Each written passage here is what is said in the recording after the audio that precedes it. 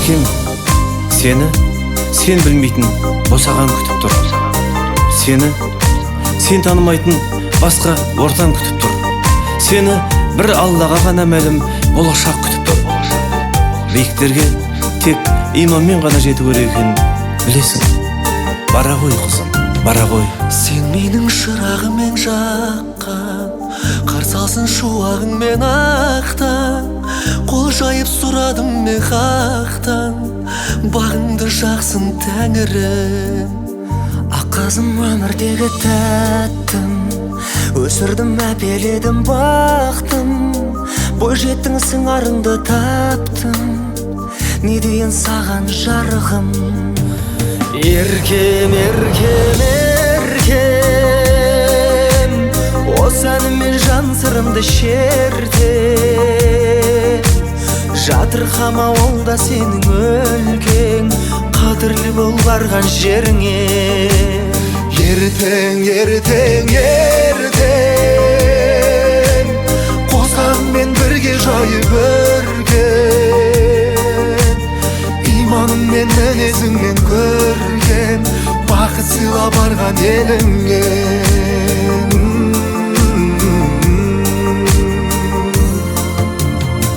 Ұмытпа бұйрығымен хақтың, анаңның берген тәлімін. Алдыңнан күліп сонда шат күн, еліңе артар қадірін. Жағыңның бола білсең досы, табылар көңілдің қошы. Әкеңнің ақ тілегі осы, өмірден бақыт табу. Еркем, еркем, еркем, осы әніммен жан сырымды шердем. Жатырқама ол да сенің өлкең, қадірлі бол барған жеріңе. Ертең, ертең, ертең, қосағыңмен бірге жайып өрген. Иманыңмен мінезіңмен көрген, бақыт сыйла барған еліңе.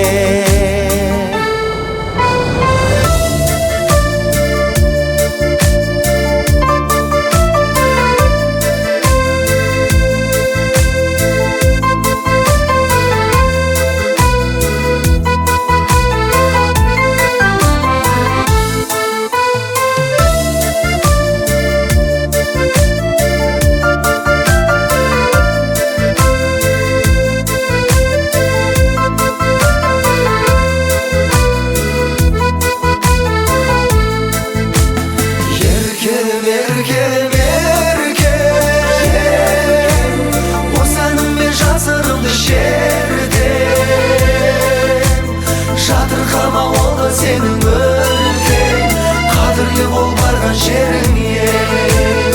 Ертең, ертең, ертең, қосағыңмен бірге жайып өрген. Иманыңмен мінезіңмен көрген, бақыт сыйла барған еліңе. Бақыт сыйла барған еліңе, бақыт сыйла барған еліңе.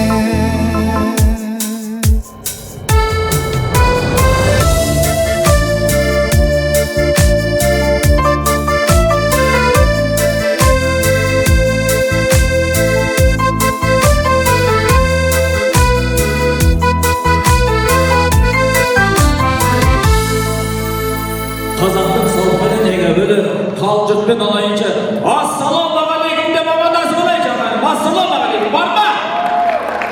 Мамырдан 5-6 қойған жоқ. Қалғанымыз қайда ағайын? Келіңіздерші, тойымыздың дүбірлеген бастайын.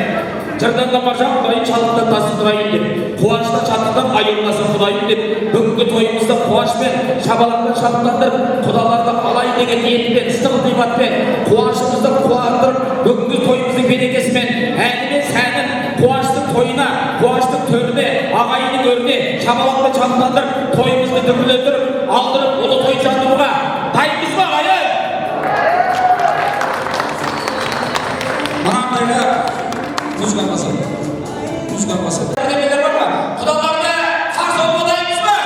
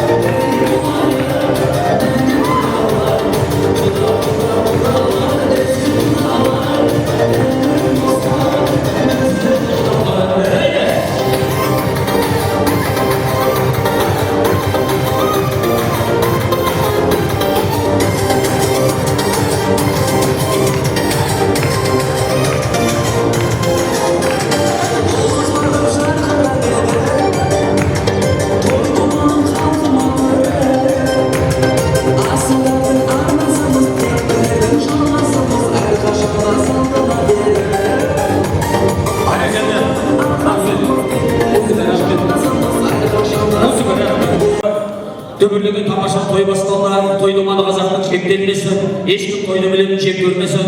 Шабытымды ашайынбыз көңілмен, ашайыншы бүгінгі құдалықтың тойдың бет пердесі деп тойымыз құтты болсын. Алаш елінде бір қошемет. Ал енді бүгінгі базарлығымызда, ағайын азарлығымызда, келіп қалған құдаларымызды төрге сүйреп отырған жөніміз бар. Алыстан Ақтерлет келіп отырған, Сәтбаев қаласынан келіп отырған, ажарлы базарлы, қуанышты назарлы, елге мәлім, елге қуаныштың төріне, ағайынның өріне ойып тұрып орын алып отырған құдаларға бір қошемет соғайық шағайын.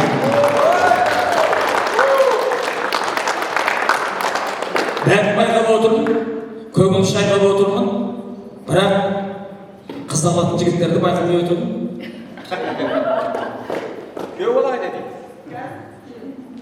Аяқта тақылдым ма? Қандай жақсы, дүбірлетіп бүгінгі той жасап жатыр. Құдалықтар құтты болсын. Ағайынымыз, көңілдеріміз қандай жақсы.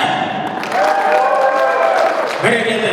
Онда көп созбайын, әдеттен озбайын, бүгінгі алыс ағайын туысқанды алып келген қуаныштың төріне, ағайынның өріне, құдаларын төрге шығарып бір тұрайын.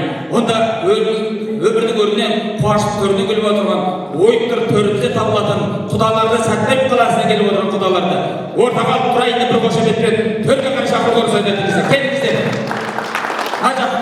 Бір жағынан сол жақ қанат болып қалсын, сіздерге оңтайлы болсын деп сіздерді сол жаққа қоныстандырайын. Содан кейін әулетіміздің үлкендері түгелдей сол жақ қанат, оң жақ қанатымызға келіп отырыңыздар. Онан кейін нағашыларды сол жақ қанатқа келіп отырыңыздар. Онан кейін ішкен бөлелеріміз түгелей оң жақ қанатқа келіп отырыңыздар. Содан кейін жастар келіп отырыңыздар. Содан кейін шеттен бастар келіп отырыңыздар. Келіңіздер, дүбірлеген тойымызды бастайық. Қуаныштың ағайындысынан деп астас қуаныштан жеңілдім, шам-шам сезіммен тербеттім. Баршаңызды дастарханға шақырып, қана ағайын, қана бөлге түрлеріңдер сүйген-сүйгенімізбен, киген-киегімізбен, тең-теңімен, тезек қарумен деген базарда. Сондықтан да құт торымызға жайғызайық ағайын. Келіңіздер.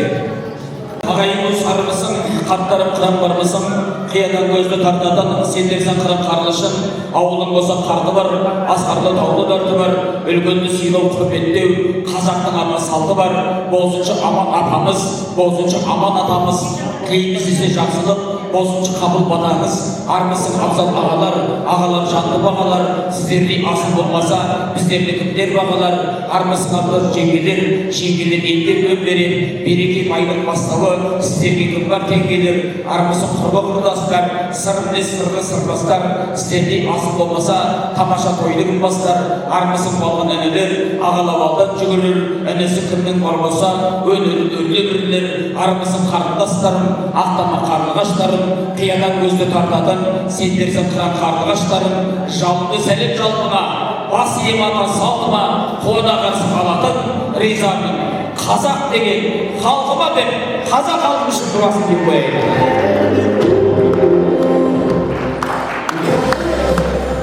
Қысым рәсіз басқа бода келді, сондықтан да мына енді келіп отырған ағайын әулетіміздің дәулетіне бір дастархан баласын алуға рұқсат етіңіздер. Сондықтан да иләһи әумин деп береді. Аллахның ешқандай болмасын. Дастархан байлық болсын дегеніңіз ол.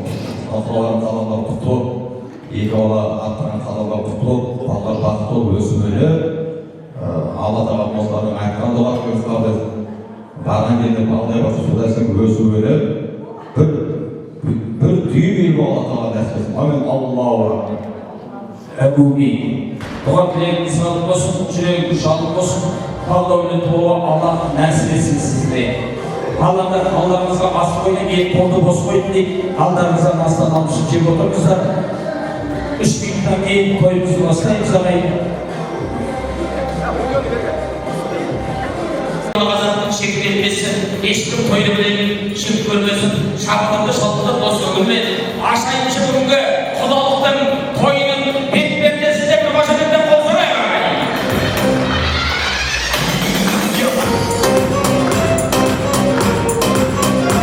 Бәрекелді. Енді шыны керек маған бері тағаттана тосып отырған шығарсыздар.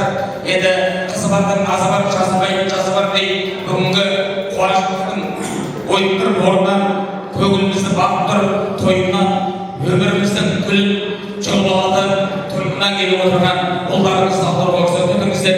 Біздің ішпейді, қызға кім сөз салмайды дейді қазақта.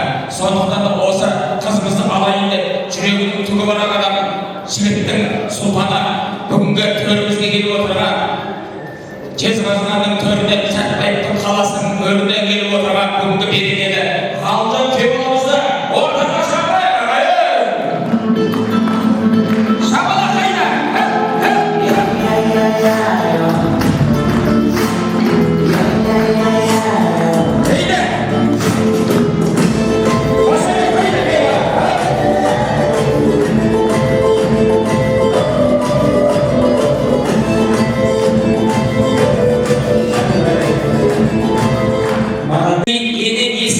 Сығалап тұр қойды. Сенің керек дегеніңе елең есіктің алдына сығалап тұр, әлі кіре алмай жүр. Самал ханымға мұғашемет, Ғалымжанның анасы екінші, мамасы деп қояды. Самал! Өзі кесі естеп шыққан жоқ. Мұғашемет бар ма?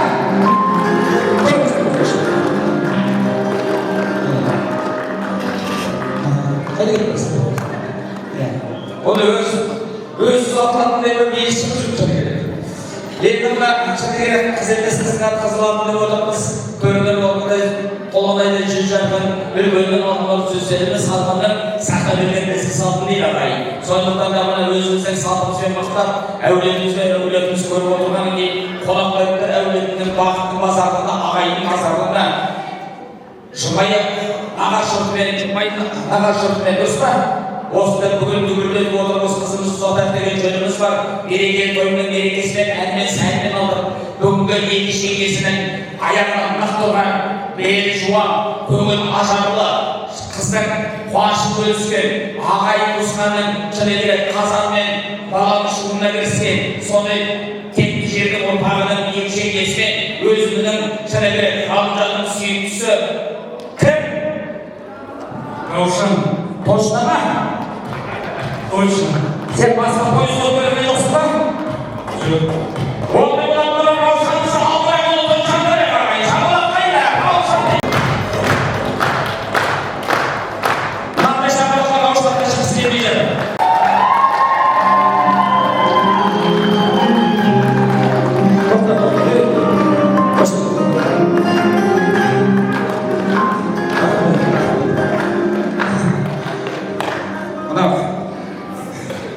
Үлкен ағасының келіншегі, ана кіші інісінің келіншегі, егер осы қайсы кісіне құттайлы ерлік апап бересін айтады ғой, жұмысты дөңдеп оқытып көреді екен. Мына енді бақыт деген үйретер көздегенің орындала бермейді көздегенің, қиында ойнамас сөз дегенің сонда ғана орындалар көздегенің дейді. Мына екі шегесі анап мынау адам емес, шыны керек, осы кісілердің қолын жүгірту керек. Қабақтарын бағу керек, көңілдерін тауып керек. Құда жекжаттар естіп отырсыздар ма? Мына жіберісін деп, екеуіне қолдарына мәймеңкелеп бірдемесін, май жаласын деп, қолдарына бірдемесін салу керек. Что-то не болып қалды. Каспийді айда салайық па? Қошемет бар ма?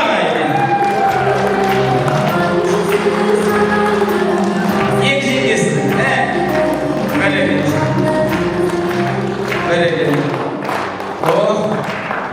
ананың мәшінесі бар, өзім бензинмен қайтам деп отырмын, таксимен қайтам деп отырмын. Аллаға шүкір беріп тұрмыздар. Мына енді екеуіңіз қолдарын жіберіңдер, болды ғой. Екеуің сауапсыздар. Мына енді жібер, болды.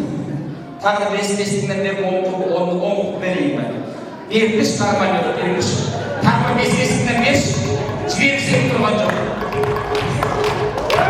Шамалақ қайда?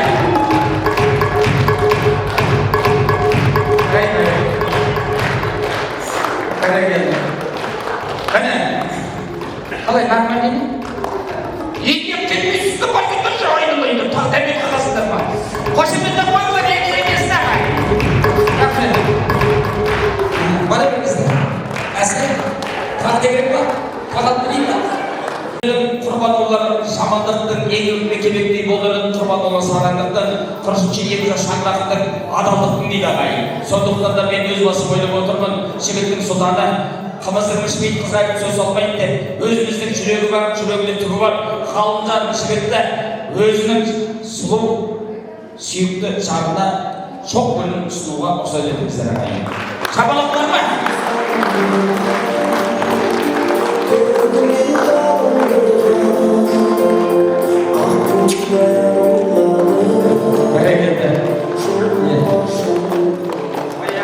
Баяғыда маңдайдан естиіз өлшеп, сүйе салатын болды ғой. Енді мына қолда ең күнді бірдей алыпсыз, қуаныштың төрінде білем, енді ол 9 ай 9-ын көтерген осындай енеңнің аты Самал. Мә саған дейсің ғой. Соғысың алып келдіңіз ғой деймін, соғыстан бастап Самал болып кете бере ма? Жоқ. Енді болып кетеді. Мама болады.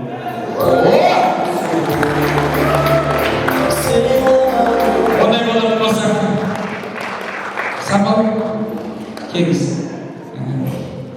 Бүгіннен бастап мама деп айтамын деді.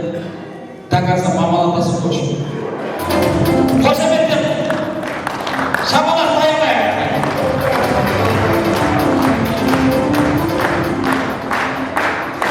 Әрекеті, махаббат бар табылдырған талайды, шынбаған махаббат адалдық қалайды. Шүйшігінің жанарында болғанша, Раушан қызымыз Ғалымжанның жары болса, жарайды деп бір қошаметтер болсын бе?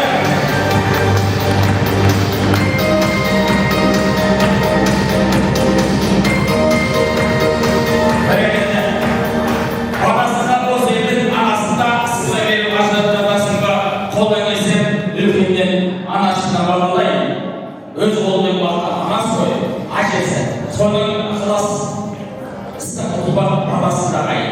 Сондықтан да иләки әуелде анамыздың ақжаулыға осы балаларымызға осы сөз пікірлемесінде, осы сіздерге жол ашып бір дұға батасын алуға рұқсат етіңіздер ағайын. Рұқсат па? Батаңызды бересіңіз.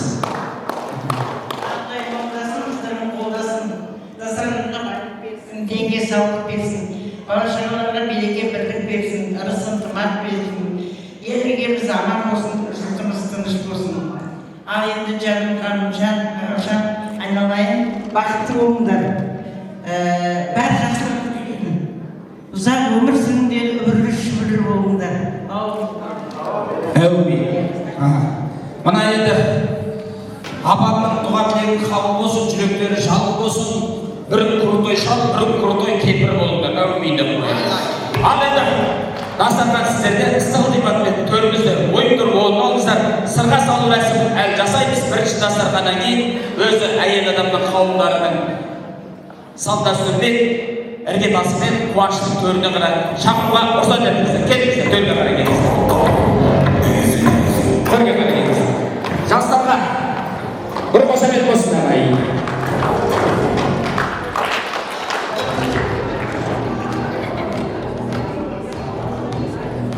Адында таудың көркі тас, елдің көркі жас, табақтың көркі ас пен бірге.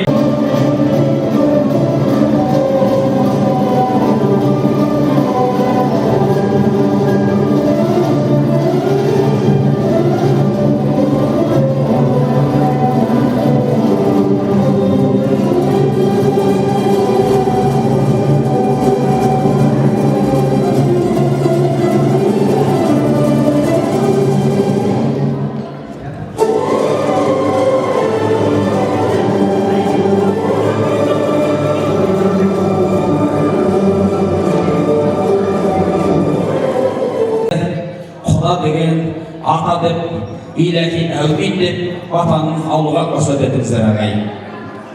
Бисмиллахир-рахманир-рахим. Тойларыңыз той бола берсін, астарыңыз анау, денелеріңізге саулық берсін, енді боламыз бақытты болсын. Әумин. Әумин. Ватаныңыз қабыл болсын, жүрегіңіз жалы болсын, өмірдің өртінде қуаныштың төрінде көріне беріңіз. Бағдау өмірге Алла нәсіп етсін. 90-ға келген кезде тоқал алуға нәсіп етсін сізге. Әумин деп қойыңыз. Әумин деп қойады. Атамда қарсы емес сияқты. Ал енді қалай көңіл күйлеріңіз қалай ағайын? Бір шапалақпен шапаландырып қоятын уақыт болмаған шығар бүгінгі. Ішке ем болған шығар бүгінгі мереке той мерекелі. Жақсы olsun деген ағайын туысқандар. Қошеметімізді аямайықшы ағайын. Қошемет қойды.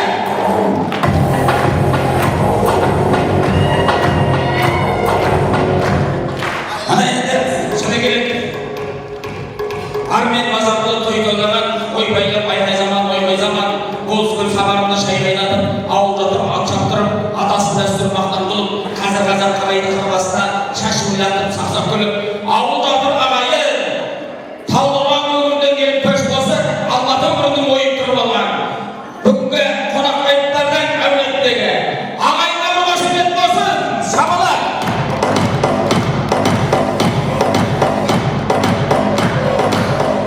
Ал енді кім ауылда туылды, оңғолдарымызды отырып қойыңдаршы. Кім қолын көтермей, қолтығында проблема бар. Бәріңдерің ауылда туылдыңдар ма? Мен ауылда туылдым, солай деген ғой. Мына енді қисық сөз күлмеуге жақсы, біз ілмекке жақсы дейді ағайын. Сондықтан да бүгінгі әзілді жалғастырып, тойдың парқына шығуға рұқсат етіңіздер. Мына бүгінгі әзіл жарысы атаңмен апаңмен қалжыңдасуға рұқсат етіңіздер. Берекелі той мерекесін ұстасын. Бүгінгі әсем әнімді ауыл азаматтары деп бір әнімді орындап берейін. Қатты бір әнші емеспін, қарғада өз даусым бар. Жақтырсаңдар да, жақтырмасаңдар да тыңдауға тұра келеді. Конкрет айтқанда амалдарым жоқ, тыңдаңдар.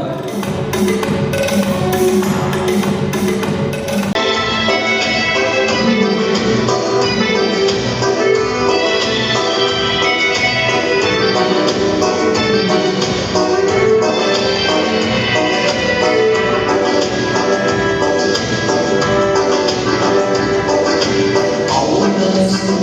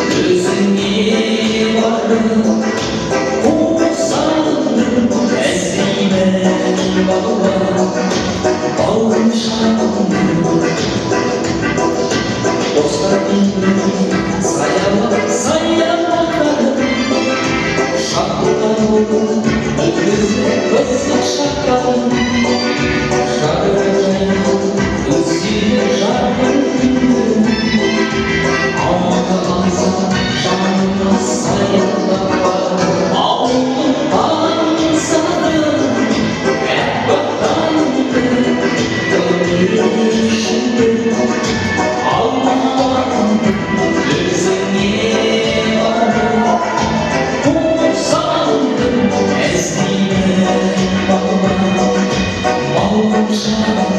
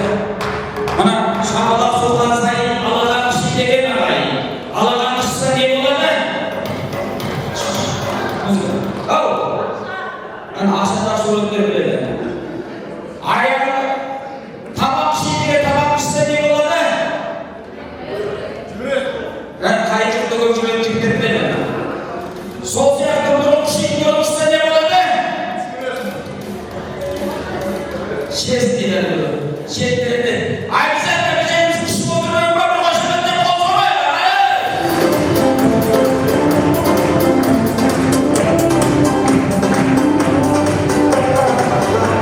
бәрекелді адамдар тойының төріне келіп отырған ержетіп есепсе балапаны арайлабада деген балапаны ескек маңдайынан сипағаны қымбат қой осындай аталарымыз бен әжелеріміздің алақанын дейді ағайын. Сондықтан да осындай ата әжелеріміздің қуанышына төріне шақыруға рұқсат етіңіздер. Үлкен тойымыздың туған тілегіне әулетіміздің үлкендері, қонақбайыптар, гүл найман ішінде қаймақтары, ақ тілекке келіп отырған Қолымбек ағамыздан бастап Мейрамгүл, Ақбекең, Ырысбек, Ғалия, Тұрсынбек, Бибігүл, Мейірбек, Нұржамал, Нағызбек, Ақбекке, Қарлығаш, Сабақ, Әлия, Аса, Әрсия, Қанат, Әйгерім, Қалаубаймен осы бірақ шақырған екен. Төгімізден қуаныштың өріне шабалақпен шабылғандар, қуаныштың асабаның алаңына биімен келуге рұқсат етіңіздер. Билеп келейікші ағайын. Той сізге бітті ғой. Көзімізде шыққандай шабалақ дейді ағайын.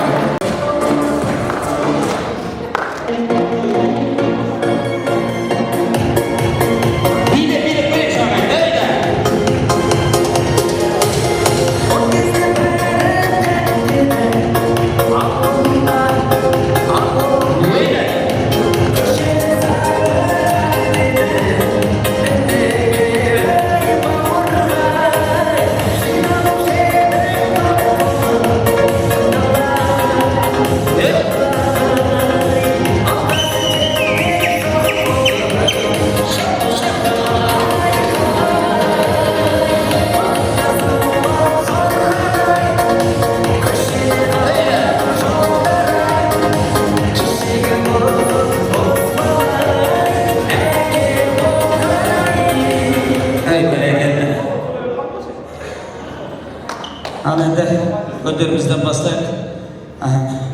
Қайсысы? Ағам сізден бастайық па? Менің ағам алтын адам, ақпандай жалтыраған, шашының түскені болмаса, лейн сияқты алтын адам деп тұғып аяғында біреу. Сол сияқты ағамнан бастауға рұқсат етіңіздер ағайын. Ал құдалар мінекей, бағана аяқтан кетіңдер, кей жаққа өздеріңіздер. Егер болсын деп, ағайын болмай жақына келіп танысып қадамдарыңыз бөлімісінен келіп аяққа жағалап осы адамсының жасап атсам, ғалымдармен Раушан бақытты болсын, атқан қадамдары бақытты болсын. Өсіп өніп, бір жақсы бір инабатты, ұялы жақсы жанұя болсын деп тілегімде. Бастан аман, денден сау, осылардың өсіп өніп, немере шөбере шөпсек сүйіп, әрі үлкен тойларда келсін, құдай бұйырса. Тек қана атқан қадамның құтты болсын, жақсы екі бақытты болсын. Тілегім сол.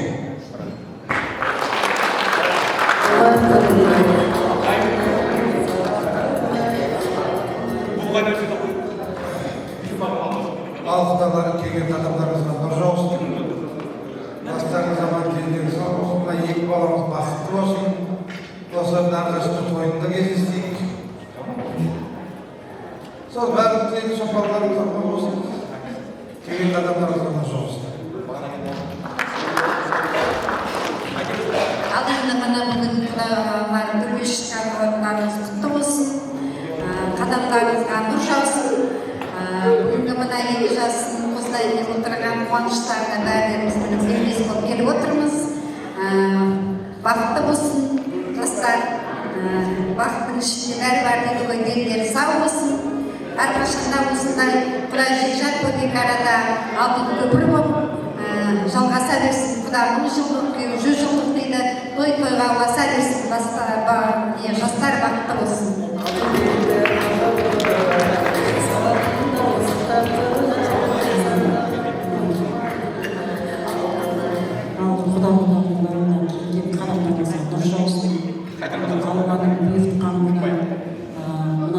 Екі жасыңыз бір-бірімен табысып, осы екі жастың арқасында сіздермен құдалас болып жатырмызға келген қадамдарыңызға нұр жаусын. Осы екі балаңыз ғалымжан мен Раушанымыз бақытты болсын. Құдай деп отырған шаңырақтар биік босағалар берік болсын. Әмсе тек қана шаңырақтарында шаттық, қуаныш болсын. күн болсын, дені сау болсын. Осында тұрған барша ағайын туғандарымызға түгелменен денсаулық тілейміз, аманымыз тыныш жеріміз аман болсын, бала шағаларымыз аман болсын, тек қана жақсылық болсын.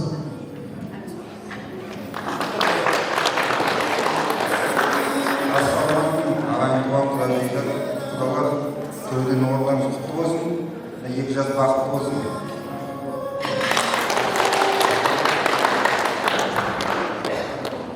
Ал құдалар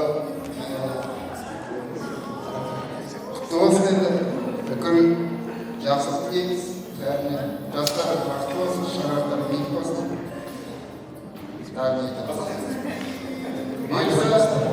Бесіктері жиналайын енді.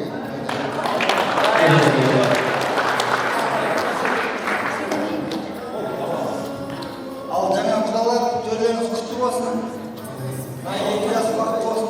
Алдында тұрған бақыт ол екеуіне ғана байланысты нәрсе.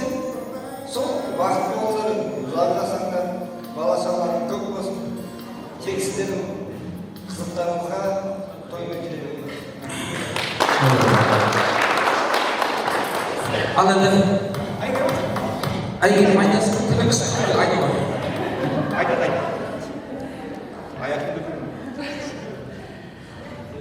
Келген құдалар қадамдарыңызға гүл бітсін. Енді үлкен кісілер сөйлеген кезде біз сөйлемейміз ғой, бірақ бүгін сөйлегім келіп тұр. Өйткені Раушан сүйікті осы қайынсіңілім менің екеуміз бірдей өстік десем де болады. Осы Раушан сіздердің отбасыларыңызға бағы жанған қыздарыңыз болсын. Самал тәтенің екі үлкен қызы бар ғой, үшіншісі кішкентай. Қыздар осы уақытқа шейін ешқандай артық сөз естірмеген, тура дұрыс жолда жүре білген қыздар. Мақтан тұтамыз Раушанның Лауранында. Сіздерге де солай батып кетсін деп тілейміз. Екеуіңіз бақытты болыңыздар, бақытты болады деп сенемін. Ғалымжанды көрген кезде сонда біз өзімізге қатты ұнады. Қанат айтқандай барлықтар өздеріңіздің қолдарыңызда. Мен қандай қатты ұнады, мен де қыз болсын, мен де тиіп алар едім. Раушан, осы апаң бізге қарағандай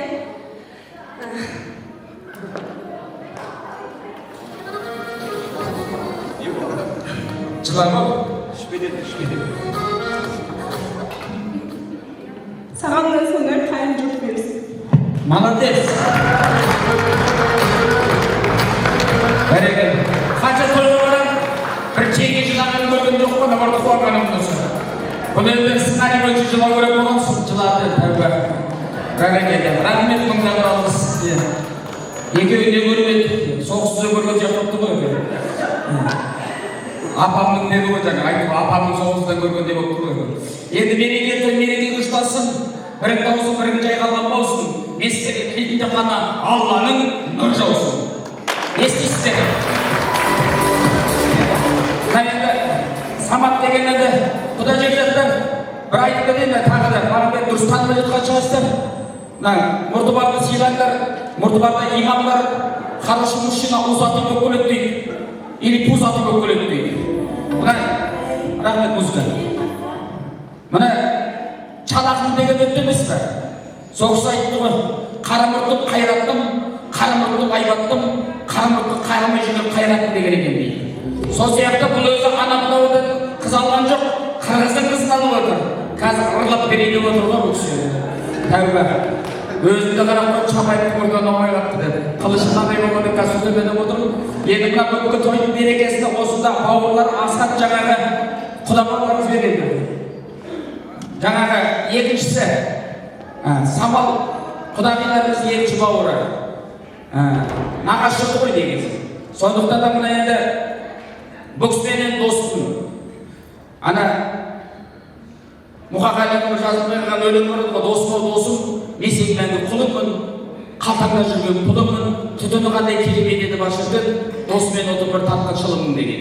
Сол достардың бәрі сүйек кеткен кезде шығарған өлең екен, хатқа жазылмай екен. Сол сияқты осы жайында осы қуанышта келіп отырған жөніміз бар. Енді оның қасында мен қылшықтай, бұл мен қасында қылшықтай болып тұрады. Анен оның шәкезі шынағашысы қанат деген осы енді жігіттік сұлтаны жаңағы өмірдің өрінде қуаныштың төрінде көріп отырған жаңа сценарий бойынша жылап отырған келіншектің байы. Мына Асия жаңағы соның жаңағы бұлшықтай досының жолдасы. Енді бәрін түгендеп айтып қойын, сіздерге айтып қойын, жаңа айтып сіз мақтадым, мен сияқты алданып дедім енді. Енді сізге айтып қойын, тізбей қойын. Өмірдің өрінде қуаныштың төрінде көріп отырған осы ағайыны. Сондықтан да ағайын көп болса, жайнадан жүрер бармағың, ағайын жоқ болса, шайнауда қалар бармағың дейді ағайын. Шайнақта қайдақта жүрген ағайындар болса біздер болсақ қой ағайын. Рахмет, естисіздер, білесіздер ма? Онда құдалар шақырыңдар, кеттік. Бізге кеттік.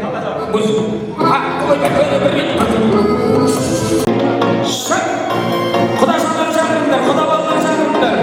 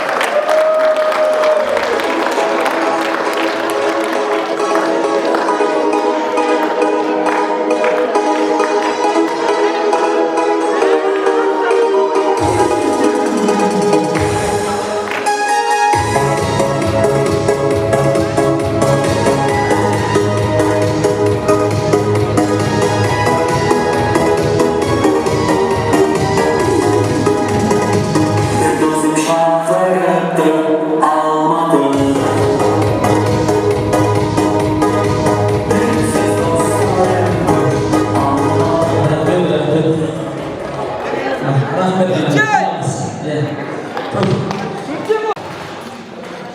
Жаңа айтып өткендей, әркімнің өзінің келген туған тілегімен келіп отыр, жүрек алысымен келіп отыр. Бүгінгі береке тойының мәні мен сәнін келтіріп, бүгінгі осы екі жасқа деген ыстық ықыласқа келіп отыр. Сондықтан да бүгінгі күнде есте мәңгілік сақтар күн, түйінді хаттардың нұр ұшынан ақтан күн. Бүгінгі іште екі жас бірін-бірін тапқан күнде екі жастың қосылды қосылмай дұрыстанып болсын. Мына енді тойдың сондықтан да бүгінгі дұға тілек келіп отырған үш жұрттың ұлығы деп ұлысы деп сөзімнің аяғынан дұрыс көп нағашы мен өзіңді жақсы көрем аяулы анашымның туысы деп дейді бүгінгі нардай нағашылар келіп отыр осында. Сондықтан да Талдықорған өңірінен келіп отырған ағайын бар.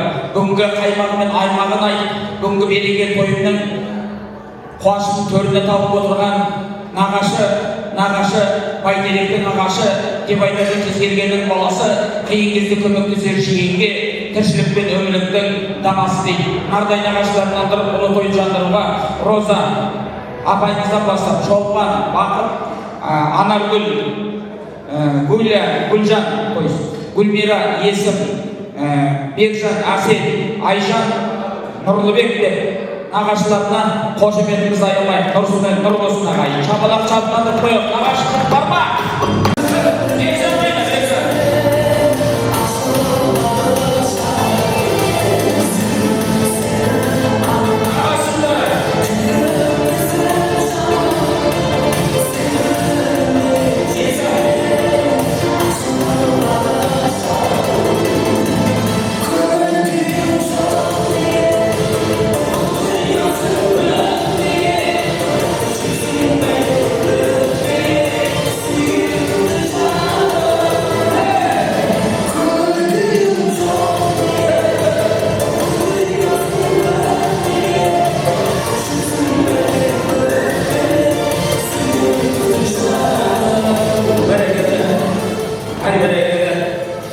Жігіттің жақсы болуы нағашыдан, қазақ елінің жақсы болуы ағашыдан дейді. Сондықтан да нардай нағашыларымыз бар.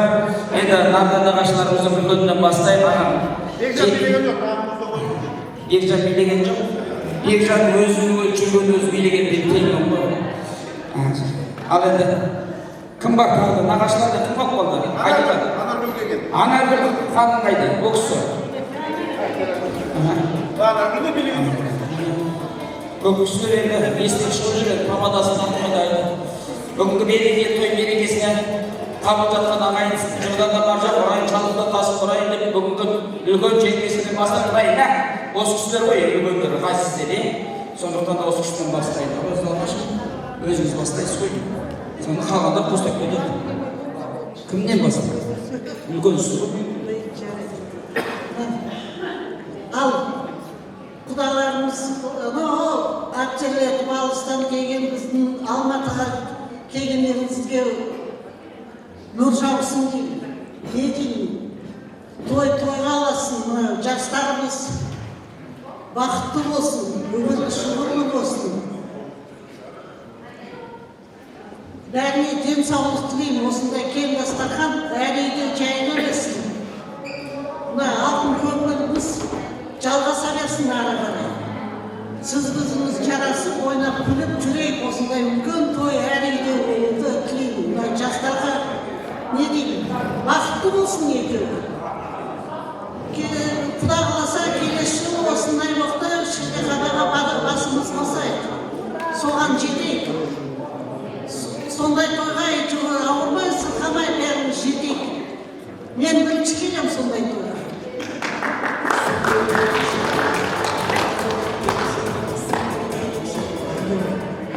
Тойға келген қауымдар енді осы тойымыз тойға боласын. Енді мына жаңадан келіп жатқан құдаларымыздың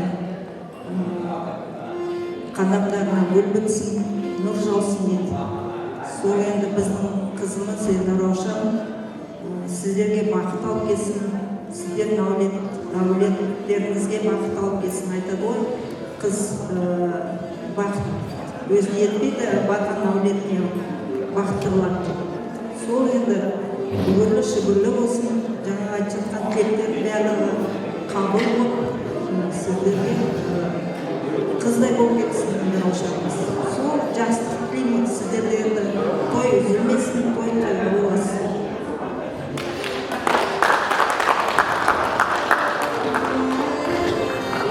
Құдалар, құдалығының 1000 жылдық болсын, жалғаса берсін, ұрпақтарымыз аман болсын, елдер сау болсын, жастарымыз әрқашан осындай көгінде, көтерілген көгінде болсын, әрқашанда осындай жақсы дастарханда басымыз қосыла берсін. Құдалар, өзіміздің туысқандар, тойға да бола берсін, балаларым өсіп, қыздарым өсіп келеді, бәрі бақытты болсын.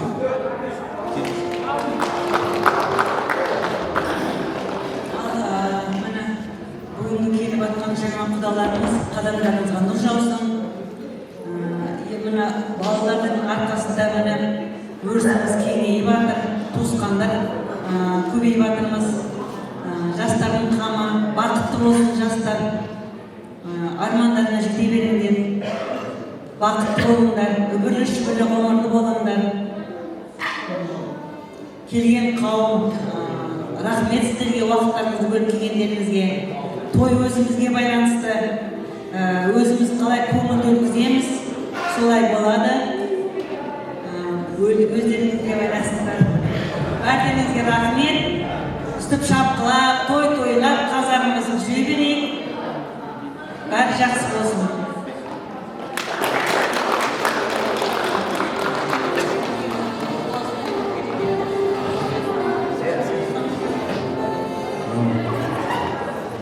Құрметті той сүйер қауым, құдалар төрге шыққан орындары құтты болсын, жастар бақытты болсын, құрған шаңырақтары биік болсын, келегелер берік болсын, үбірлі шүбірлі болсын. Ғалымжан мен Раушанға ұзақ бақытты ғұмыр тілейміз, үбірлі шүбірлі болып, үлкен кісілердің жолын берсін. Аспанымыз ашық болсын, заманымыз тыныш болсын. Осындай тойға жете беруге Алла Тағала нәсіп етсін.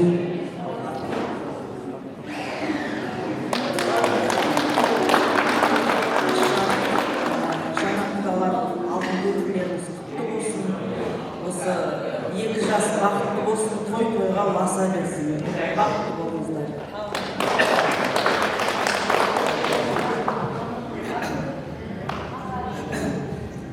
Ал бүгінгі тойымыз құтты болсын, құрметті құдалар. Шыққан тойымыз құтты болсын, қадамдарымызда нұр жаусын. Енді мен жұмыста болдым, құдалықта болмадым, бірақ жақтан естімадым. Жезқазғаннан Ұлытауға келіп жатыр құдалар. Мен Жезқазған, Сатпаев, Жезқазған Рудник, 65-я шахта, Мусшина, бәрі білем, Шегірбаев деп қоямын. Жұмыс көп істедіңіз солармен. Ұлытау деген күшті жер бар, Аймансын кетіп еді. Ол жақта наймандар тұрады, олар білмейді. Талдықорғанда наймандар бар екен. Олар ойлайды, сол жақта наймандар бар екен. Екі бір рет мен айтып берейін, Ұлыстан адам келді дейді, и мен Талдықорғанға бардым, ипподром көрсетті. И жолдасым акимат істеді ғой, кездесу жасағанбыз. Риза болды сізді олар. Өте керемет адамдар, крутой сіздің құдаларыңыз. Ал енді жастар бақытты болсын. Раушан Санатликин, сен өзің апасына қарап, үлкен апасына қарап, қалай олар сені тәрбиеледі, суға жүрсең, ешқайда өзгерме, и сонда бақытты боласың. Бақытты болыңдар. Ай бәрекелді. Шегебай таппаған. Айтасыздар ма? Велик. Сөзінде ғана. Алға шығыш. бір ғана мадақтасаңыз. Микрофон жақындап ұстасаңыз.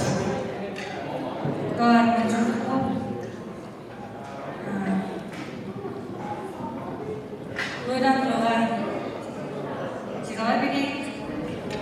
Раушан мен Ғалымжан бақытты болыңдар, үгірлі шүкірлі болыңдар. Әрбір шаңыраққа бақыт, береке, бірлік. Тек қуаныштар бересін олар. Тағы кім сөйлейді? Қолыңыздар ма? Бекжан ағам сөйлейсіз. Болды ма? Есім аға? Жастар бақыт болсын. Есім аға, атын бір шай. Қалай өзі көңіліңіз қалай? Отлично, жақсы ма? Міне осында ақ жарқын көрдіңіздер ғой маған бері сіздердің қабақтарыңыздағы көңіл толы. Жүрегі жұмсақ азамат, жүрегі дәу адам негізі. Жауабы қақпақтай, жүдігі шоқпақтай, негізі тұқымалатын адам негізі. Сол қарап отырмын, шашы өзі ағалады ма, біреу көмектесін ма? Көмекші бар ма? Онда былай болсын, жақын жау былай болсын, билейміз бе? Кет ортаға, бей болсын жолда. Шабалақ ағайын.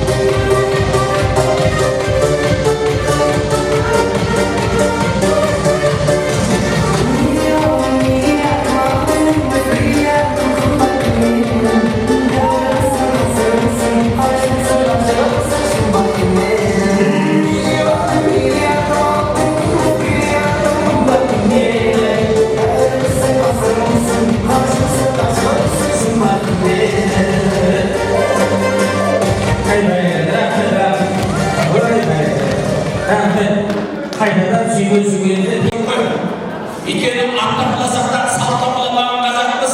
Сондықтан да мен өз басым ойлап отырмын.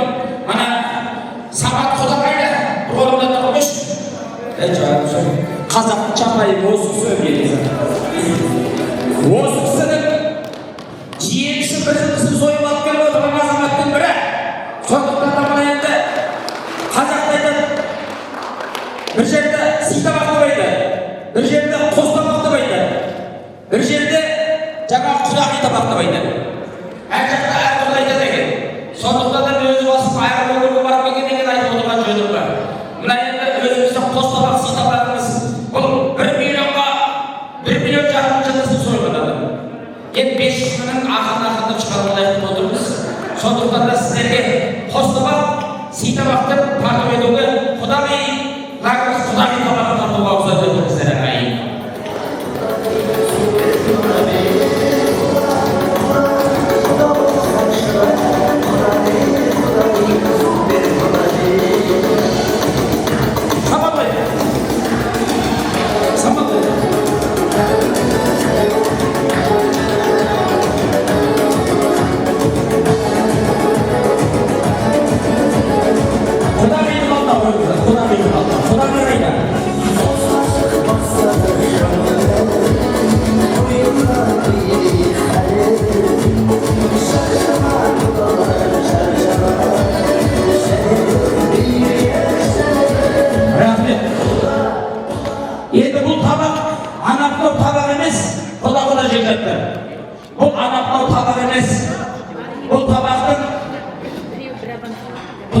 құда ма айтсам?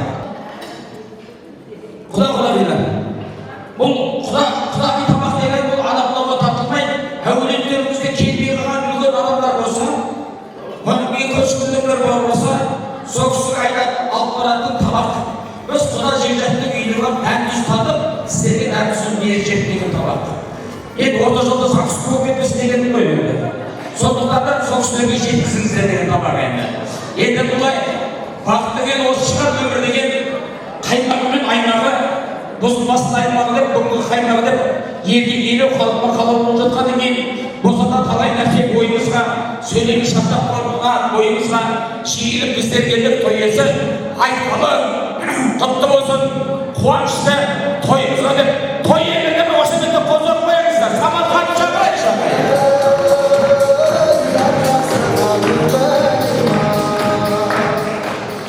Енді бір жағынан ағасы, бір жағынан ағасы, бір жағынан әкесі Саматты да шақырайық жағайын.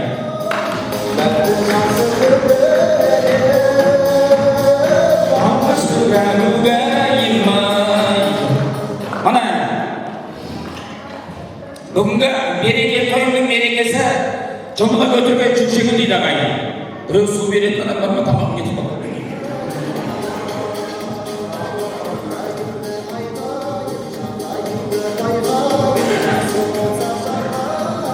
Бір-екі шын, әй болып қалды. Мына енді кішен жағынан іздеп. Енді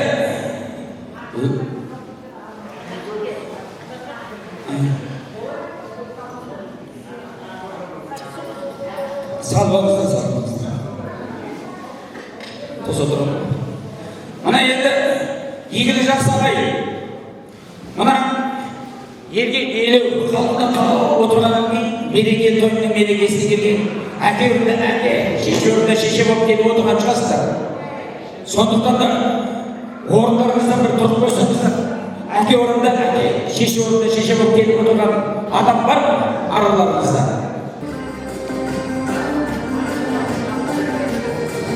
Әке орнында әке, шеше орнында шеше болып келіп отырғандар. Үлкендеріңізден теңіздер. Мына жаққа келіңіздер. Қандай көңіл-күйіңіз бар? Жақсы ма? Жақсы. Сіздің көңіл-күйіңіз? Тамаша. Міне, тамаша болған бізге де жақсы. Ана кісілердің де тамаша. Мақтанды бүгінгі елге елеу халқына қалау болып осы жетісуның жер жанатынан қыз алып отырсыздар. Негізі Алматы өңірінде келіп тұр. Сондықтан да бекітілген көмірді бүгін мөлі соған уақытта келді. Өйткені сіз келінді болдыңыз. Ана кісілер күйеу балалы болды. Аллаға назар, ағайынға назар бүгінгі бастарыңыз күйістіріп Алматы өңірінде мына Бейрамхананың төріне келіп отырған жүйелі бар. Микрофонды ауыстырып жүріс бар жатыр. Енді қарап отырсақ, көріп отырсыз құдаңыз Сіз анықтау жеткенесіз. Қырғыздың қызын егін бір адам өтпей Манастың өзінен алып келген Манастың әулетінен жыршысынан. Сондықтан оған қабағын бағу үшін, көңіл табу үшін ести көріп, бұл кісінің қабағын бағу үшін еді көріп. О, ағайын, мен құданды болдым деп. Ана құданды қанша рет көресіз, келініңіз сонша рет жүкті болады. Түсіндік па? Кішкене деймін. Бейт бар ба? Төс қастық қойыңыз. Қанша сөз қастық, сонша жүкті болады. Кеттік. О, ағайын,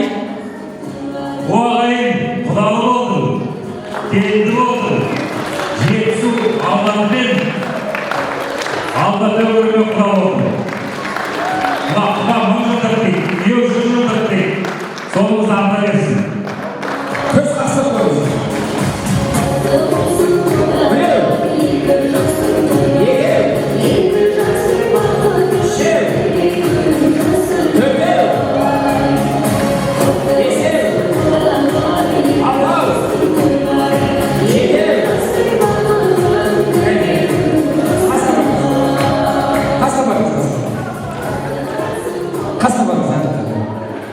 қасына барыңыз ана кісілеріңіз. Елмейді көріп, қызал болмай емес, көңіл тауы көріп, қабақ болу көріп, шыны керек, келгені құлақ еріне жағын көріп, осы естеу көріп, әр қадам сайын. Құдай қосқан құда деймейді, сәнім менің, әнім менің, долым менің, андай менің, мындай менің, екелік қаншаңыз барасыз?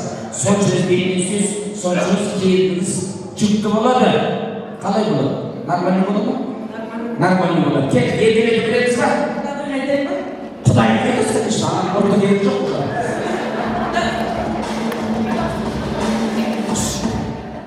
Керемет құдағайым. Әдемі құдағайым. Келініміздің мамасы.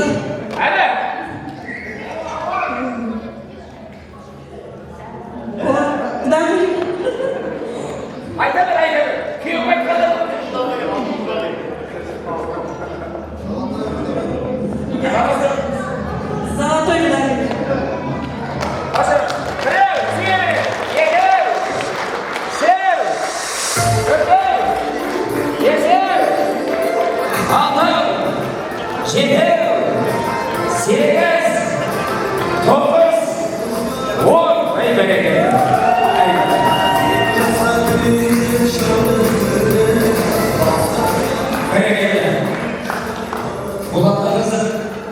Өздері таппағаны кейін шақтас жатыр, оны өзі шақтасын. Ал енді мына әкемді, әке шеше болып отырған мұнда бір алла сіздерге де әке деген биікшің адамның, әке деген тірегі қойған адамның, әке деген бойында қаныңның шыққан тек ол негізгі жаның дейді. Осындай асқар әкенің орнын аға мен әке ағаларымыз басып отыр екен, оның орнында құдағиларымыз басып отыр екен. Бақыттың базарында ағайын назарында дұға тілекте келіншек болыңыздар. Бүгінгі мерекеңіз ынтымақты болсын, келіндеріңіз ұлдан тапсын, қыздан тапсын, қолдан келсе жылдан тапсын деп осы жерде қозғап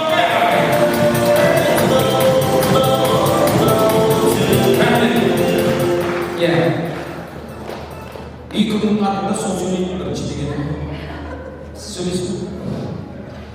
Ал құрметті құдағайлар, тойларыңызды той аласыз. Жаңа айтып жатыр ғой. Біз негізі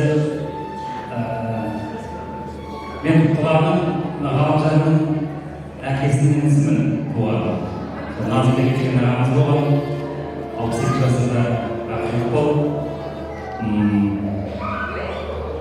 Оның алдында жеңгеміз Жара Төлеугүл жеңгеміз қайтқан соң көтерілген ағам енді ауырып бір жарым жылдан кейін ағамыз кетті. Соған енді үлкен ағамыздың орнында жүр. Осынау Ғалымжан айтқалы көкем осындай бір бас екі бас болады. Осындай тапқан адамым бар деп бізге бір айтқансын қуандық. Қуанышымыз шегі жоқ. Әкесі мен шешесін көрмеген қызығын енді артында бауыр, аға, жеңге, туыстары болсын дейміз. Сізге алғысым шексіз аға. Құдағи дейді ғой, құдағи болдың. Амалмен құдағи болайсыз, апамыз болдыңыз. Сізге шет жағасын естейміз ғой. Әжесінің қолында өскен, әжесінің қолында көргенде сол сізге рахмет апа. Ал енді екі жас бақытты болсын, тек қана бақытты дейді. Екеуінің аңсаған арман, мақсат, жоспар болады дейді. Онсыз адамның баласы тек көмесі. Сондықтан бұлардың алдарына қойған мақсаты бар, жоспары бар, үрлі болсын, шүрлі болсын. Ол біздің қуанышымыз болса, сіздердің мақтанышы болсын балаларыңыз. Осындай баламыз енді жаңа мен айтқан қай жүрсеңіз көз жүріне барады. Бір жауап қазақтың қай жүрсеңіз бұл ағашат өз жүріне барады, өз еліне барады. Мынау сіздерінде болса да 4 күн болып қаласыздар, дұрыс па? Сондықтан 4 күн төрден көреміз. Өз жүрсін сыйлы, ибалы, инабатты, кішіпейілді, мықты келініңіз болсын. Барлықтарыңызды амандық тілеймін. Мынау жайында дастархан тек қана қуанышқа жайсын, әрқашан сыйластығымыз арта берсін. Құдағымыз 1000 жылдары, кеуелеріңіз 100 жылдық болсын. Көрдіңіздер ме? өз жұртына бара жатыр. Сондықтан да Раушан қыздарыңызды, келіндеріңізді қыз дейсіз ба, әлде келін дейсіз ба? Маған енді қыз болмайды, ағамның асы болғаннан кейін келін бола берсе де жүрмін. Негізі әкесінің ағам тірі болғандықтан балам дейді. Ағамның балалары болғаннан кейін маған бала болды. Дұрыс айтып келін болады. Міне келінді кем болмайды. Келінді төрге қарай сүйейтін ел болады ағайын. Сондықтан да төріңіздің сіздің келініңіз домалағандай ана болса да өтеміз. Сіз айтасыз ба? Сіз айтасыз ба? Айтып ма? Негізі мешітке барсаң иман сөйлеп қалған үй ғой. Мен сөйтіп ойлаймын өзім негізі. Ағасы сіз бірдеме дейсіз ба? Қосыласыз ба? Жамағатта қосыласыз ба? Ал енді мереке той мерекелі болсын, бірің таусын, бірің жайқалған болсын, амасыз сөйлейсіз. Бір тілек айтыңызшы.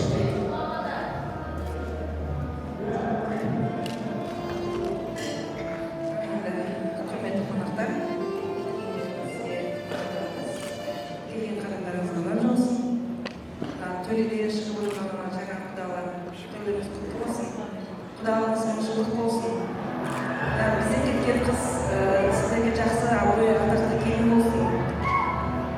Ғалымжан мен өзім баламдай балам болсын. Жастар бақытты болсын. Ең бастысы.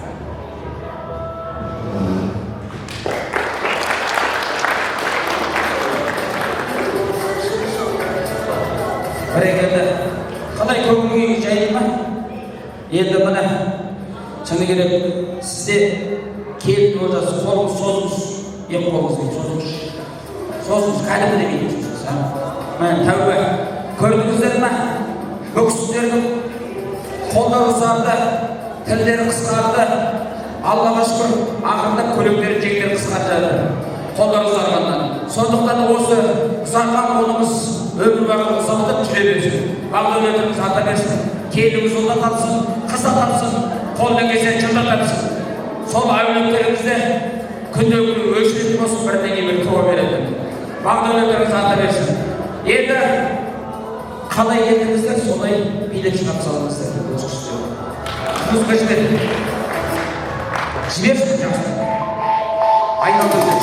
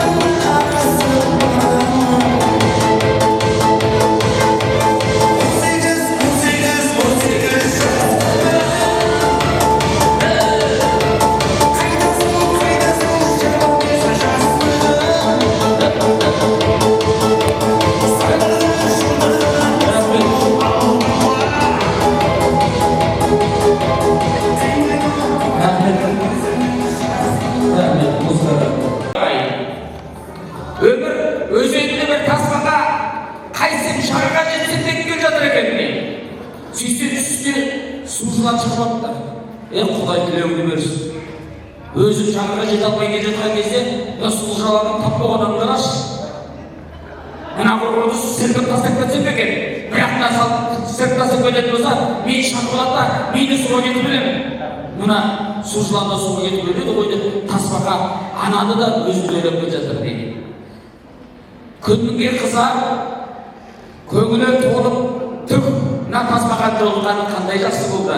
Мынау менің өмір өзенінде ақпыл жатып, жаққа жете алмай жүрген кезде жолығып бір тынығып алдым. Енді арада жүзе берсем бола ма, бірақ жете алмай қалсам, құрғырда шағыласам екен. Бірақ шағып алатын болсам, мына суға кетіп өледі, мені жаққа жете алмай, мені өлем ғой деп, сушылар өзі де тасбақаны ойлап келе жатыр дейді. Сөйтіп екеуі өмір өзенінде бірін шаға алмай, бірін тастай алмай, өмір дариясында өмір бақи қалқып өткен екен дейді. Сол сияқты мына екі жас бірін шаға алмайтындай, бірін тастай алмайтындай өмір дариясында өмір бақи қалқып өтсін ағайын.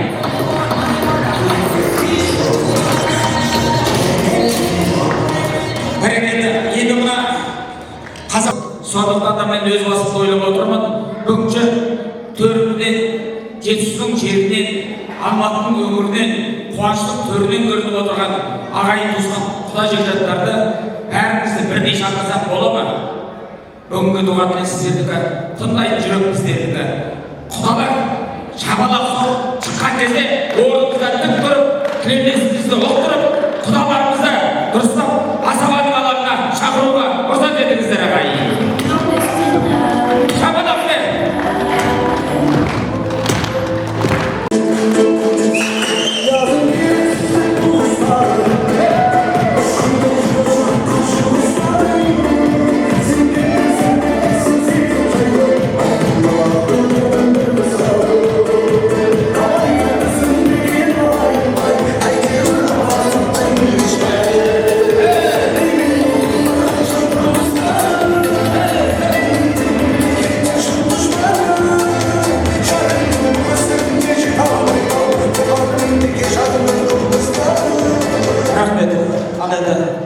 Әзізде ағаларымыз, наналарымыз, сондықтан да бағада бөлініп жатқан жоқпыз.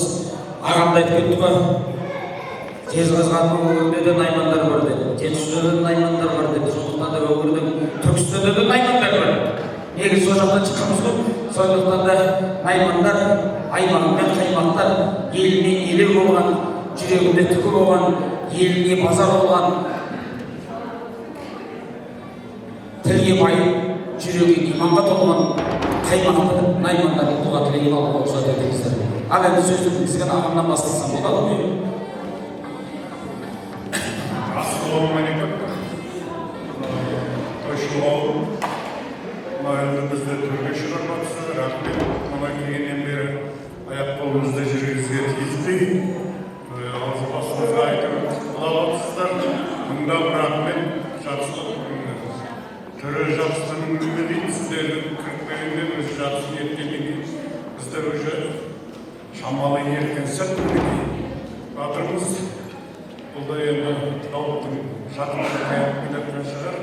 Енді мынау қызы өріс дейді ғой, мына өрістеміз кейін де батыр. Мынау Алатаудың етегінен Ұлытаудың Шұшқанның басы қосылған хан сайлаған жерге барайын деп батыр. Бұның ішінде Сәтбаев қаласы, Кеншілер қаласы әйдет. Сол енді сол күнгі сіздердің ұядан ұшқан құстарыңыз біздің ауылға келіп қойса сол Ұлытауға. Ұлытауда ұлар деген құс бар. Сондай инабатты жақсы істейді, енді оны өзім көрген жоқпын. Ал енді не тілеймін? Бүгін Ақкеннің жауаптарының жарық қоймын шығар. Мынау Ғалымжанның әкесіменен анасы, менің бауырым, екеуміз мына отырған келіп отырған құдаларым Шамбол деген кісінің баласы болса, мен Шамбас деген кісінің баласымын. Сол енді айтып жүресің болса, менің балаларым үйленгенде ал барасың, сен барасың деп жүрген өздері кетіп қалды бірінің соңынан бірі. Енді бір аумақты сұлапқа шығар, Ақкеннің жарығын үйді қойды отырмыз. Мына менің балам бір бас екеу болып отыр деп мінекей қуанышта шығар оларға. Енді бұл екі балаға тек қана бақыт тілеймін. Алға қойған мақсаттары болса, армандары болса, сол орындалсын бәрі. Мынау Алматыменен, Алатауменен Ұлытау, Сәтбай қалаларының ортасында алтын көпір діңгек болып қалсын. Екеудің ортасында арбада жүре берсін. Сенген бердім, менген бердім деп біріне бір еріс болмасын. Тек қана татулықта, жақсылықта кездесетін болайық. Екі балаға енді тілейтінім сол. Сіздер мың жылы құда болыңыздар. Балаларымыз жылы күйеу болсын. Осы тойларыңыз тойға боса берсін. Ұлытаудың Алатаудың етегінде болсын, ертеңді біздің ауылда да болатын болып соған атсалысасыздар, қарсы аламыз. Тек қана жақсылықта, қуанышта басымыз қосылсын.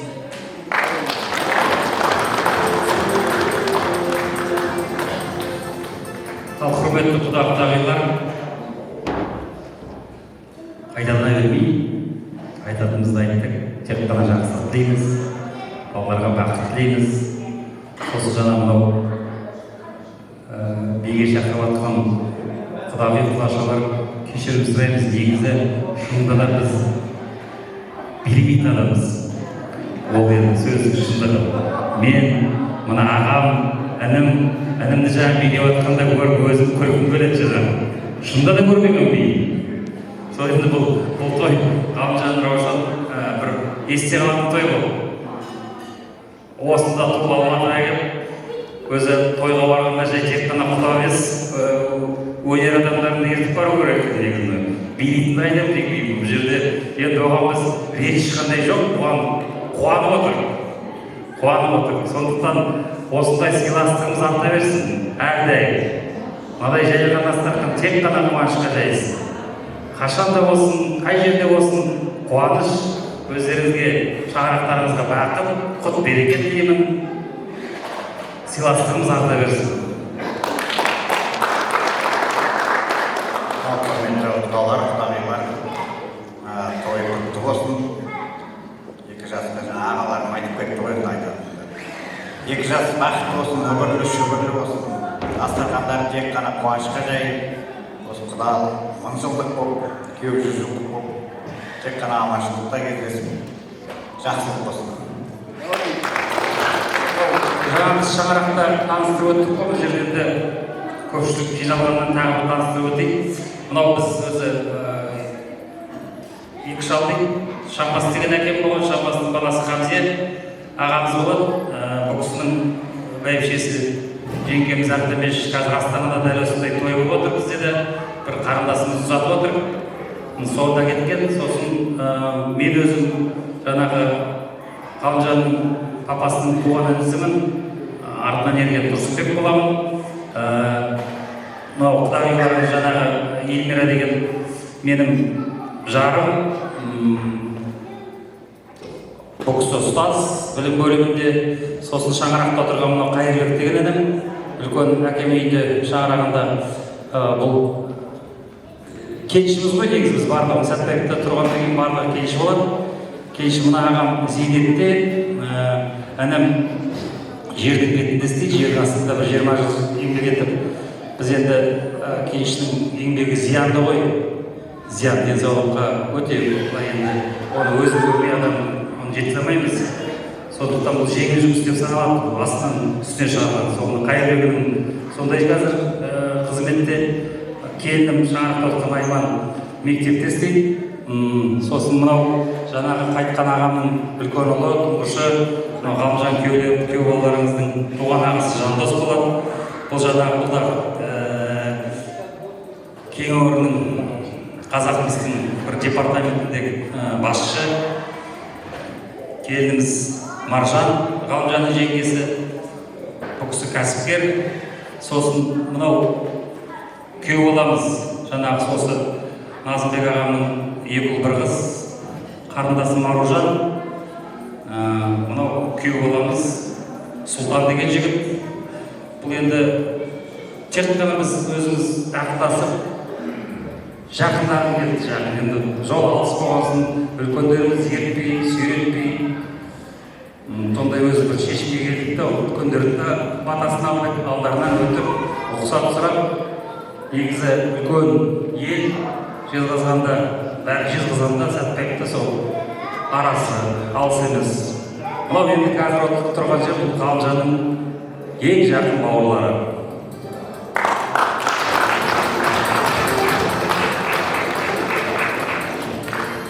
Барлықтарыңыз енді басшы екенсіз, барлықтарыңыз кәсіпкер екенсіздер. Мені асырап алыңыздаршы, пожалуйста. Ассалаумағалейкум. Ғалымжан, Раушан, екеуіңіз бақытты болсын. Өте қуаныштымын, шек жоқ. Айтатын жауаптың құралдың әйелдісіздер. Бақытты болсын.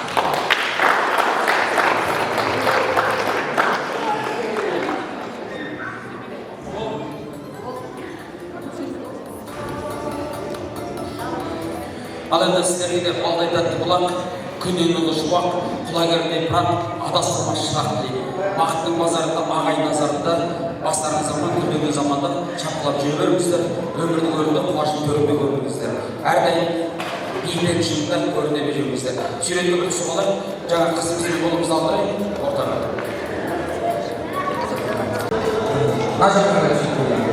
Гүлі бар жеріміз.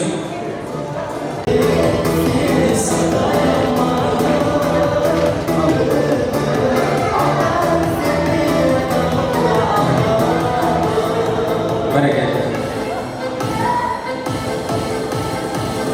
Бір миллион үш. Мына антиверсті кішкене жақындап алыңызшы.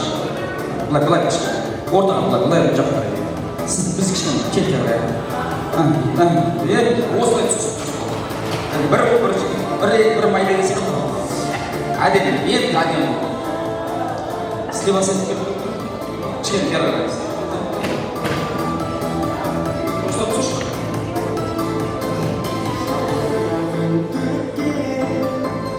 Қуанышымыз көп болсын. Ортада бір жақсы би болсын еді.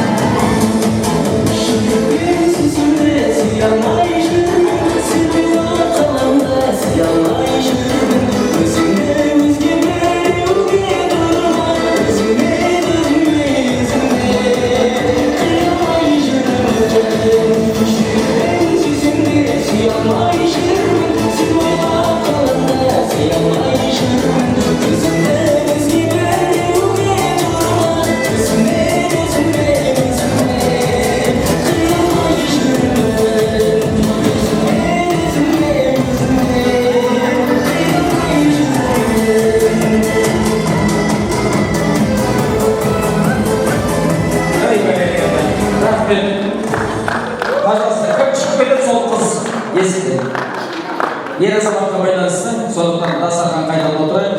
Кішкене сіздер дастарханда. Негізі бұл енді үлкен той емес, үлкен той болмаса да той қылып жасап жатқан жөніміз бар. Қазақтың шырай қосқандай келген адамдардың қосылады ойнап елге, жаманға рақым қосып басын сен кетер селге, жақсымен құда болса құдай қосқан, есіктегі басын жетер төрге дейін. Құдалар төрге шыққандарың құтты болсын. Құламаған адамымыз деп айтып отырмыз ғой. Сондықтан да енді өзіміздің құйрық бауырымызды алдырып ұлы той жанды көрсететіңіздер. Оның алдында құйрық бауырға дайындалып болғанша өзіміздің сұлу қызымызды ортаға өнермен алдырып ұлы той жанды көрсететіңіздер.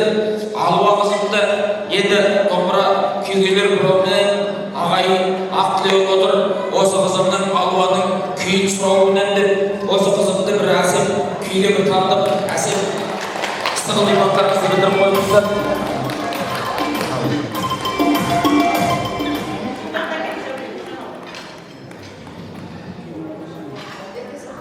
Ал енді Нұрғиса Тілендиевтің елге сылқым күйін ұрсат етіңіздер.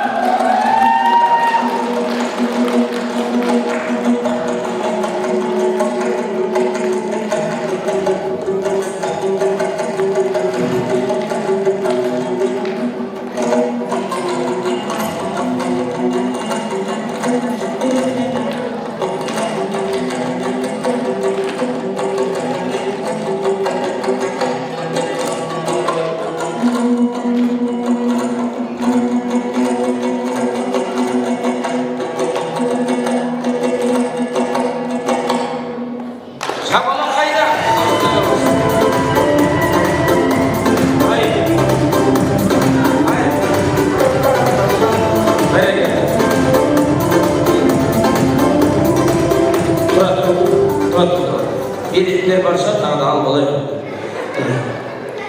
Тұра түсінші.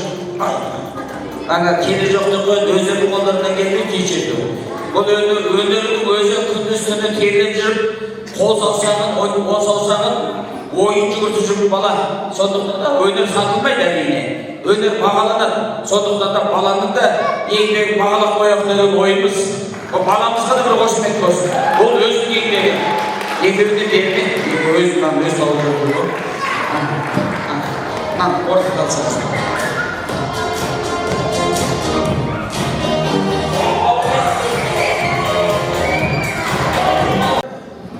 Құйрық бауыр ағайын, бағана өздеріңіз көріп отырсыздар.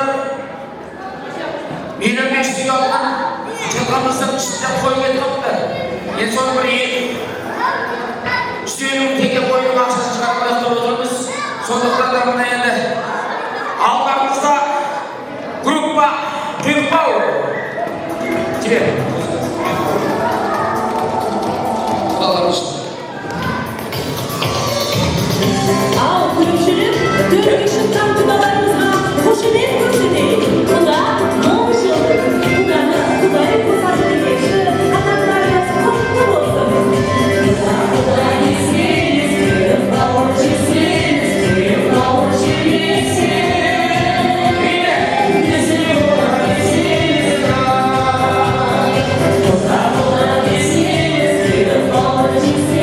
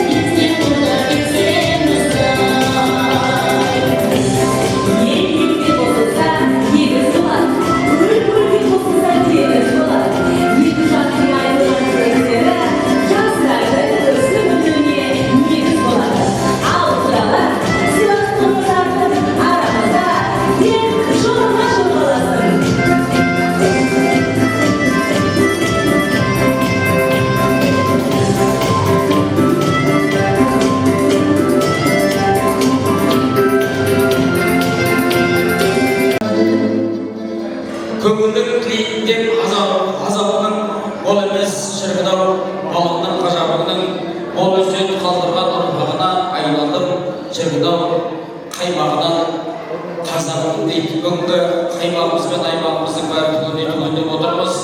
Аймағымызды айтып отырмыз. Шыны керек қалың көп менің жайым әлем. Шапқаларымыз бар ма? Дүгірмеген құдаларымыз үшін ең бір қозық қой.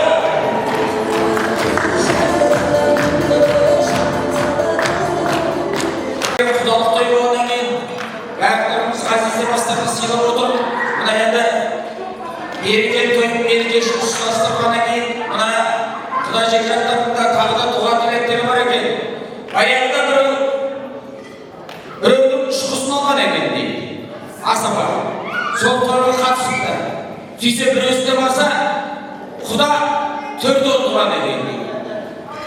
Екінші жол қараса дейді, екінші қызын алған кезде, бір қызын алғанда, екінші қызын алған кезде Құда босаға жақта жүр дейді. Чай өмірінде жүр дейді. Онан кейін қараса дейді, үшінші қызын ұзатқан кезде, ана басында жаңғырған адам жоқ дейді. Арыз дейді, беріз дейді, мына кісіге не болып қалды, бірдеме болып қалды ма деп. Содан кейін бір аттаттырып барып, қаладағы қазан-ошақтың қасына барса, жаңағы қазан-ошақтың астында от жағып отыр екен дейді. Сонда тұрып айтты ғой, ей Құда, кезіктен жаңғырған Құда дұрыс, жақта не қыз десе, аса бола сен түсінбедің ғой, бірінші қызын алған кезде мен жаңғырған Құда боламын. Қазір қанған Құда болып мен өтіп дейді. Оның қасында қазір бірінші қызымыз алып отырсыздар, жаңғырған Құдаларға қошемет деп қосып қойған. Ал енді генерал Құдаларымыз бар ортамызда жүрген. Берекелі мен мерекесі деймізбен. Аймагүл, Айгүл, Айман, анамызбен Зухра, Ләззат осы кісілерді қаймағымызбен, осындай сарсен Құдаларымызбен өзіміздің анамызды алдыруға қосат етіңіздер. Осы кісілермен бірге сөйлеймін деп, анам да дұға тілегін білдіріп отыр. Бір қошемет баямай ағайын, осындай бір болсын. Сарсен Құдаларымыз.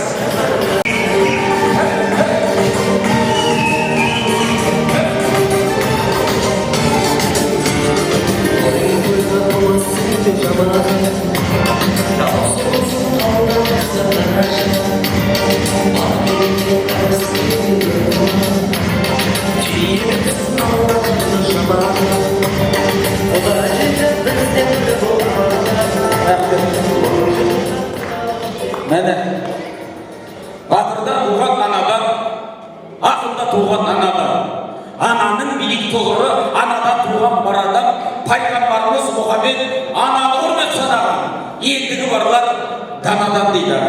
Сондықтан да дана аналарына басымды бір иіп қояйын. Қайсы генерал содан бастайды? Қайсы конкретно сөйлеп ойнаймыз ба? Қайсыдан бастайды? Кім? Определитесь.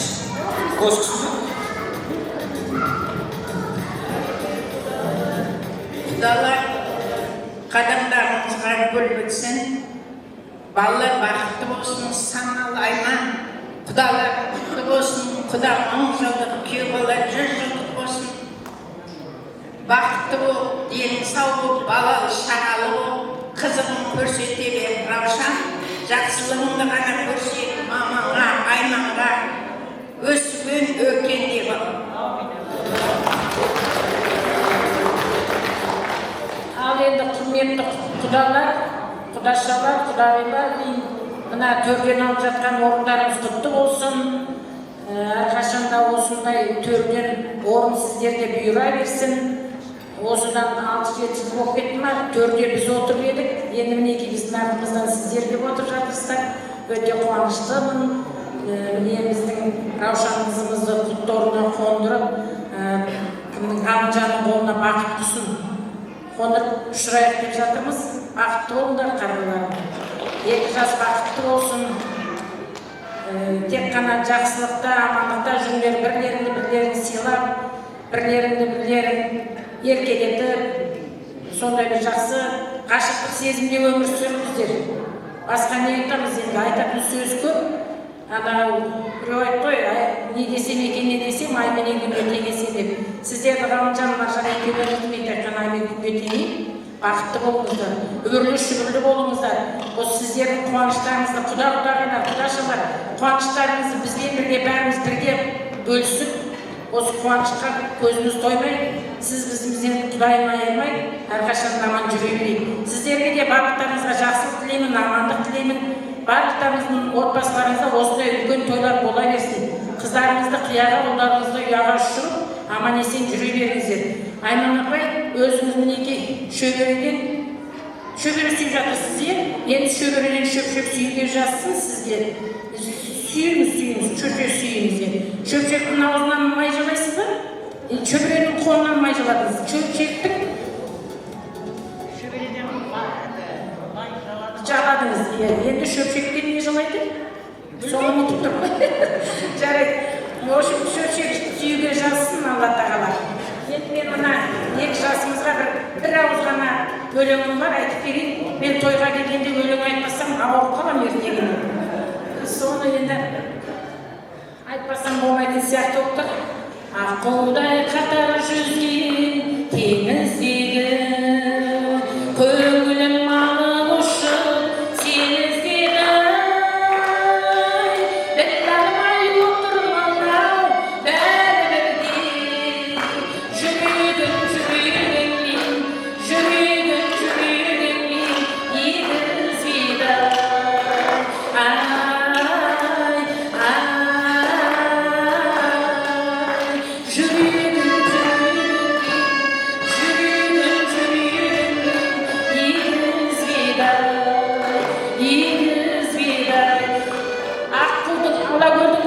Аққудың көлінде аққулар жүзіп жүреді ғой, сол аққулар сияқты әрқашанда өмір бойы жүзіп жүріңіздер. Араларыңыз қол ұстасқан қолдарыңыз ешқашан да ажырамасын. Екі жаққа бірдей мейірімді, қайырымды ұл мен қыз, күйеу бала мен келін қыз жүре беріңіздер. Есіңдер болсын, күлкі кетпесін.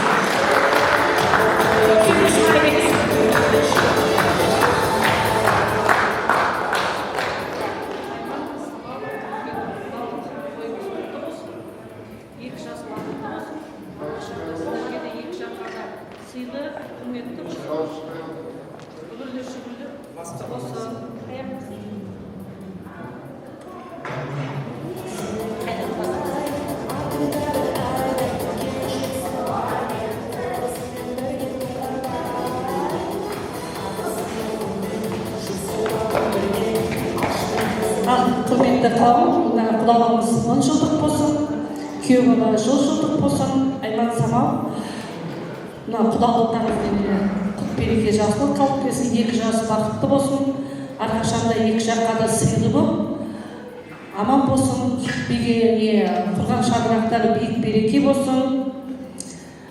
Бәрімізде осы жерде бөтен емес, біз тума туыспыз. Бәрімізге осындай той жұғысты болсын, қуанышты болайық. 2 жас бақытты болсын.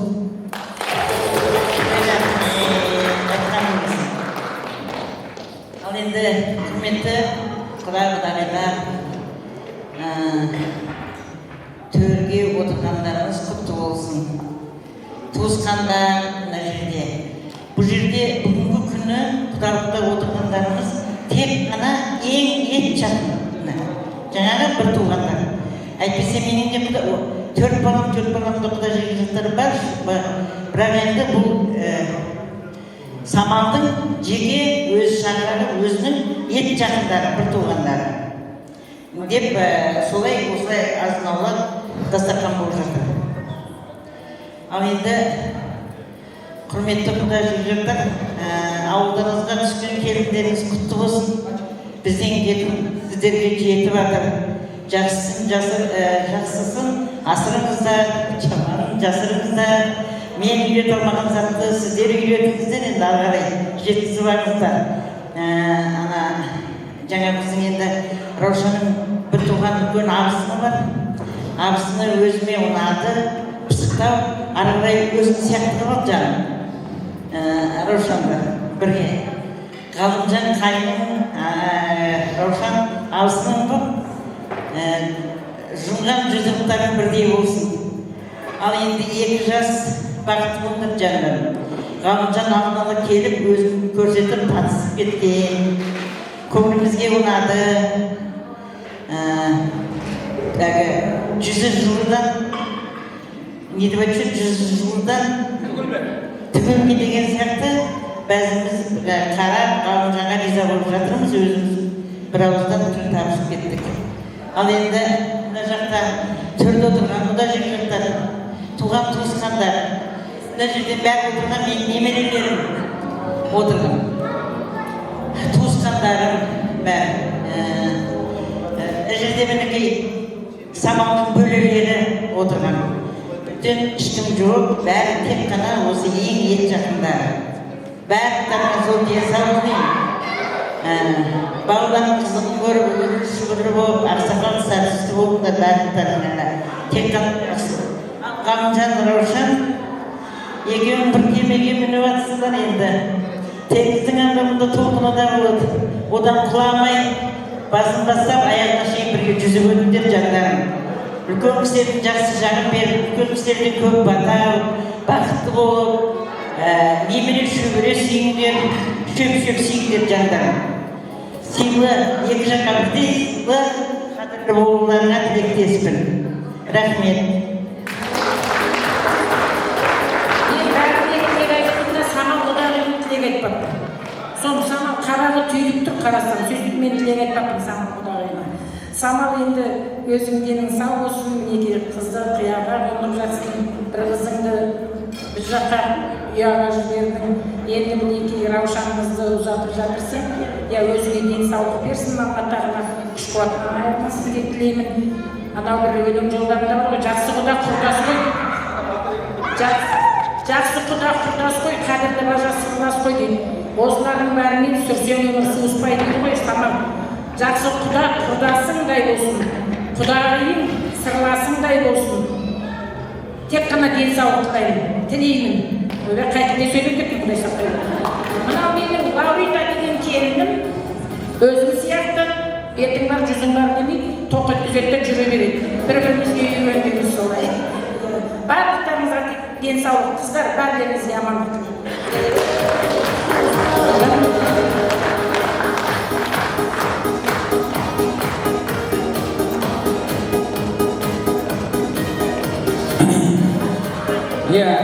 Тығып бермейді, дұрыстап бермедіңіз бе, документ. Ал енді мына бүгінгі берекелі той мерекеміз кім анасын жарық көрді, күн көрді, олар болмаса сүрірмеді күндерді, аналарыма, мыналарыма өмір сүру правасын кім берді, әмдаса талай тойға кезгенеміз, күн сайын өркендейміз, өзгереміз. Қасиетті аналар тұрғанда тағы да басымызды, біз елімізде тағы басын дейік қояйын.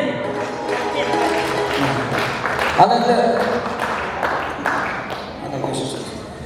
әншейін дауы жоқ, біз көйлегінімді өлік таппасын кейін киілейік. Бір әсім әндер құлап шығар, құданы құда қойылады.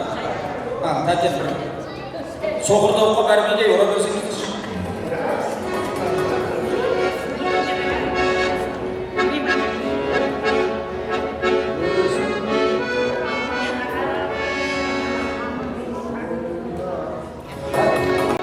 Шешеңмен подружка болған, сен қайдан шықтың?